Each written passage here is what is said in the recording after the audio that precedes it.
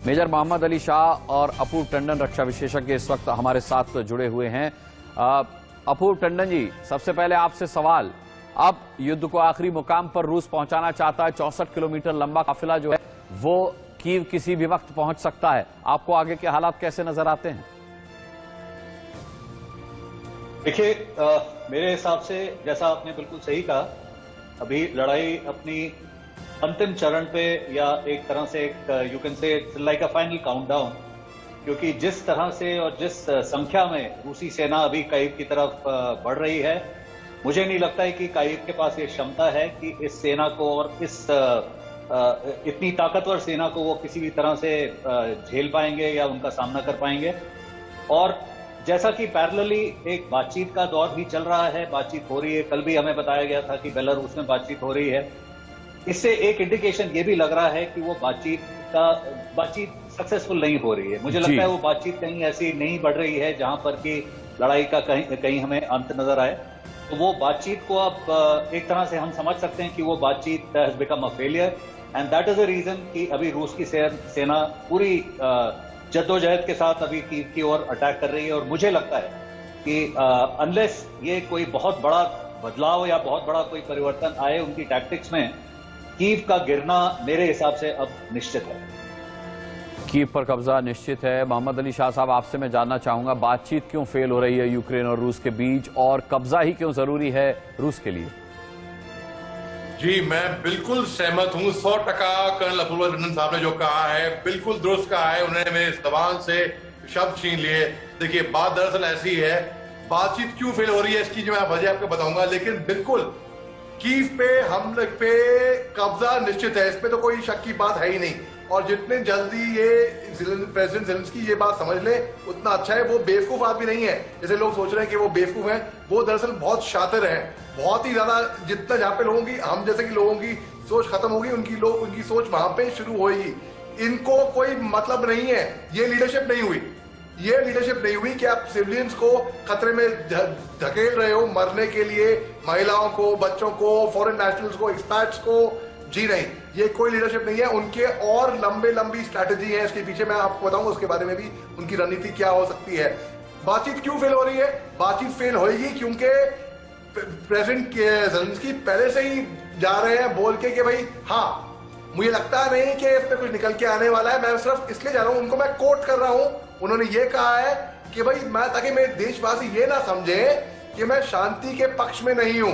आपकी सोच पहले से ही नेगेटिव होगी तो क्या होएगा? उनके विदेश मंत्री क्या कहते हैं मीटिंग से पहले? वो कहते हैं व्लादिमीर पुतिन हिटलर है। अरे भाई, जाहिर सी बात है, अगर आपके देश पे हमला किया है, आप उसको नापसंद करोगे, आप उसको हिटलर बुलाओगे, ठीक है। मगर एक डिप्लोमेसी एक चीज होती है ना, डिप्लोमेसी यानी कि आप और मैं अगर हमारी बनती नहीं है, और अगर हम सुलह करने आ रहे हैं, हाथ मिलाने आ रहे हैं, क्या हम वहां पे तू मैं कर रहे हैं, लड़ पड़ेंगे, एक दूसरे गिरबान पकड़ेंगे? नहीं करना, वहां तो बातचीत होएगी। अच्छा, तीसरी बात, एक मीडिएटर की कमी। हमें कोई इजराइल आया था सामने, बिल्कुल बेशक। भाई जैसे कि मैच में होता है, एक रेफरी होता है, मैच में वो दोनों के पक्ष के देखता है आमने सामने। भाई मैं आपको एग्जांपल देता हूं। भाई मेरे दो दोस्त की लड़ाई हो गई थी, एक था अलीगढ़ में, दूसरा था मेरठ में, और मैं था दिल्ली में। मैं बुलाया, भाई आ जाओ बात करेंगे। वो आए दिल्ली। भाई आप यकीन मानेंगे भाई, 5 मिनट में दोनों एक दूसरे गिरबान पकड़ने को रेडी हो गए थे। क्यों? क्योंकि वो बस नेगेटिव सोच से आए थे, क्योंकि मेजर शाह बुला रहे हैं तो हम चलते हैं, मगर अंदर से वो कन्विंस नहीं थे। एक और बात, भाई बेलारूस की राजधानी मिन्स्क में इन्होंने मना कर दिया प्रेसिडेंट ज़ेलेंस्की से, हम वहां पे नहीं आएंगे। क्यों? क्योंकि बेलारूस ने ही रूसी सेना को अंदर आने दिया था उन पे हमला करने के लिए। अभी भी जो यूरोपियन नेशन। चलिए, मैं मोहम्मद अली शाह साहब लौटूंगा आपके पास। अपूर्व जी, आपके पास भी हम लौटेंगे, लेकिन इस बीच बता दें कि बताया जा रहा है कि रूस ने खार्किव में प्रतिबंधित हथियारों का भी इस्तेमाल किया है। रूस खार्किव में प्रतिबंधित थर्मोबैरिक हथियार का इस्तेमाल कर रहा है। इसे वैक्यूम बम भी कहा जाता है। जिनेवा समझौते के तहत वैक्यूम बम के इस्तेमाल पर पाबंदी लगी हुई है।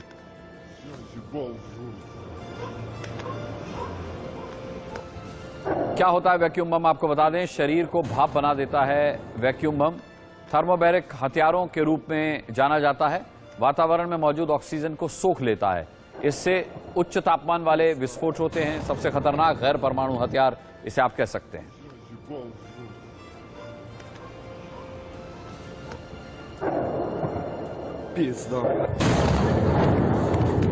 इसी को लेकर के अब सवाल भी उठ रहे हैं।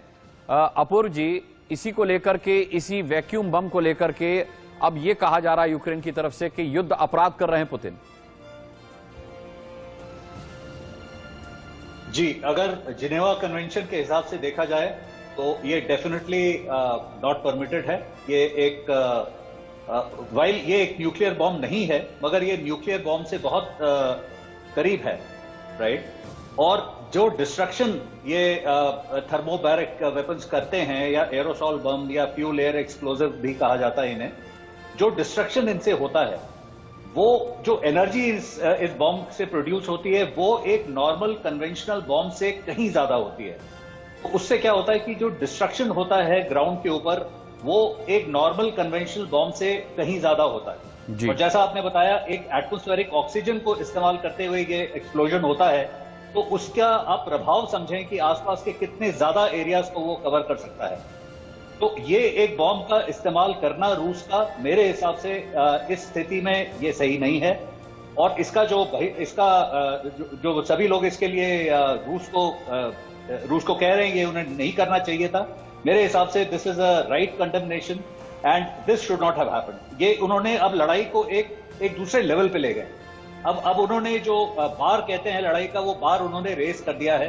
तो अब यूक्रेन को भी और देशों से ये मदद मिल सकती है कि वो भी एक अनकन्वेंशनल वेपन्स का इस्तेमाल कर सके।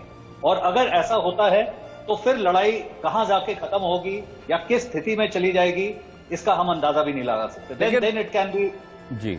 जी, लेकिन मोहम्मद अली शाह साहब, जरूरत क्यों पड़ रही है रूस को वैक्यूम बम इस्तेमाल करने की? देखिए, रूस ये बात भांपता है और समझता है कि अमेरिका केवल ऐसे परमाणु हथियारों से डरती है, बाकी उनको कोई फर्क नहीं पड़ने वाला है। और रूस जो है उसको मालूम भी है कि उस पे प्रतिबंधें लगेंगी।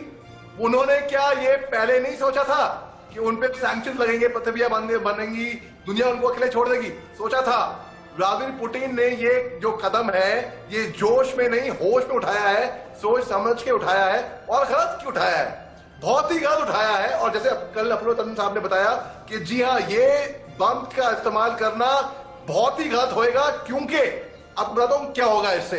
अगर उन्होंने फर्ज करिए ये बम का इस्तेमाल कर लिया अमेरिका पे बख्शने वाला नहीं है।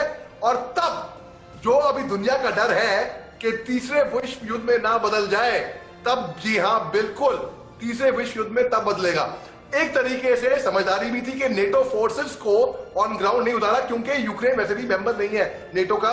और अगर फर्ज करिए, अगर उतरते भी, तो आप फर्ज करिए 30 राष्ट्र यूरोपियन राष्ट्र ऑन ग्राउंड लड़ते, यूरोपियन युद्ध तो होता ही होता, साथ में ये कहीं ना कहीं घूम फिर के एक विश्व युद्ध भी बनने की इसमें खतरा था। तो अभी जहां पे हम जैसे 24 फरवरी को इन्होंने घुस गए ये लोग रूस की यूक्रेन पे हमला बोलने के लिए। भाई एक तरीके दोनों तरफ से जो व्लादिमीर पुतिन कर रहे हैं बहुत गलत है, मगर two wrongs do not make a right. दो गलतियां सही कहीं भी नहीं होती हैं। Being peaceful is better than being right. ये लियो टॉल्स्टॉय को मैं कोट करता हूं, जो कि रशियन रूसी 5300 सैनिक और नागरिक का नुकसान। एयरक्राफ्ट अगर बात करें तो 55 टैंक और बख्तरबंद गाड़ियां, 1007 तोप और आर्टिलरी, 200 से ज्यादा, ये रूस का नुकसान। क्लस्टर बम, अपूर्व जी, क्लस्टर बम, वैक्यूम बम के बाद इस बात के भी एक्सपर्ट्स ने संकेत दिए हैं कि क्लस्टर बम का इस्तेमाल भी कर रहा है रूस। जी हाँ, ये भी सुनने में आ रहा है कि रूस ने क्लस्टर बॉम्ब्स का इस्तेमाल किया है। मगर इसमें देखिए, समझने वाली बात यह है कि क्लस्टर बॉम्ब्स में अगर एक normal high explosive cluster bombs का इस्तेमाल किया जा रहा है, तो वो कोई मतलब वो मैं नहीं कहूंगा कि वो जिनीवा कन्वेंशन की बदखिलाफी है, क्योंकि क्लस्टर बॉम्ब्स और जो क्लस्टर बॉम्ब्स जिस तरह से डिलीवर करे जाते हैं, एक नॉर्मल हाई एक्सप्लोजिव बॉम्ब्स, वो एक लड़ाई का एक नॉर्मल हिस्सा है। वो एक तरह से एक आर्टिलरी का, एक रॉकेट आर्टिलरी का एक हिस्सा है, जिसका इस्तेमाल नॉर्मल लड़ाई में भी किया जाता है।